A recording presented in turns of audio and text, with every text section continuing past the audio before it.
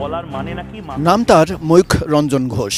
পেশায় একজন সাংবাদিক হলেও আচার আচরণে মলম বিক্রেতা কিংবা জোকারকেও হার মানায়। কথা বলতে বলতে ছুটছেন স্টেজের এক প্রান্ত থেকে অন্য প্রান্তে। উদ্ভট অঙ্গভঙ্গি করে বেশ আলোচনায় রয়েছেন ভারতীয় সংবাদ মাধ্যম রিপাবলিক বাংলার এক সাংবাদিক। জবাব চায় বাংলা যখন আর বাংলা রিপাবলিক বাংলাতে সম্প্রচারিত হয়। বাংলাদেশের ময়ূখ রঞ্জন ঘোষের এই অদ্ভুত ও উত্তেজনাপূর্ণ উপস্থাপনা নিয়ে এরই মধ্যে সমালোচনা ও বিতর্ক তৈরি হয়েছে বাংলাদেশে। ময়ূখের সংবাদ পরিবেশনের ধরন অনেকেই মলম বিক্রেতাদের সঙ্গে তুলনা করেছেন। ফলে তাকে নিয়ে বাংলাদেশের দর্শকদের মাঝে তৈরি হয়েছে মিশ্র প্রতিক্রিয়া। মানে এই অশিক্ষা আমরা কোন পকেটে রাখবো? পকেটে রাখবো, ওটের পকেটে রাখবো। এরই মধ্যে সামাজিক যোগাযোগ মাধ্যমেও তাকে নিয়ে ট্রল, সমালোচনা এবং চর্চা অব্যাহত আছে। বাংলাদেশে ময়ূখের সংবাদ পরিবেশনকে অতিরঞ্জিত এবং নাটকীয় বলে আখ্যা দেয়া হয়েছে।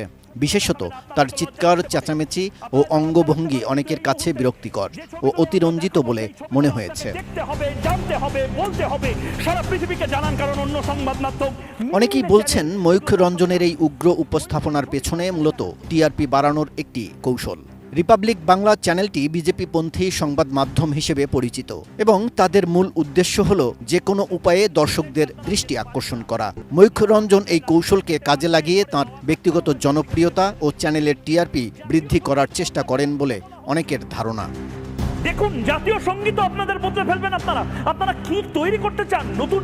ময়ূখ রঞ্জন ঘোষের এই অভিনব উপস্থাপনা পশ্চিমবঙ্গের সংবাদ মাধ্যমের বর্তমান অবস্থার প্রতিফলন বলে মনে করছে বাংলাদেশের অনেক দর্শক, যেখানে উত্তেজনা এবং বিনোদনমূলক উপাদানকে প্রাধান্য দিয়ে সংবাদকে নাটকীয়ভাবে পরিবেশন করা হয়। তবে এ ধরনের উপস্থাপনা কতটা কার্যকরী বা সাংবাদিকতার নৈতিকতার সাথে কতটুকু সামঞ্জস্যপূর্ণ তা নিয়ে সমালোচনাও রয়েছে। ময়ূখ রঞ্জন ঘোষের উপস্থাপনা দর্শকদের একাংশের কাছে বিনোদনমূলক হলেও অনেকের মতে এটি সাংবাদিকতার প্রকৃত মান ও গুরুত্বকে ক্ষুণ্ণ করে।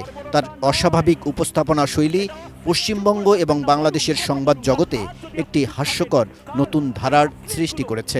এটি মূলত চমকপ্রদ এবং অস্বাভাবিক সংবাদ পরিবেশনার উপর ভিত্তি করে তৈরি বলে মনে করছেন দর্শকরা।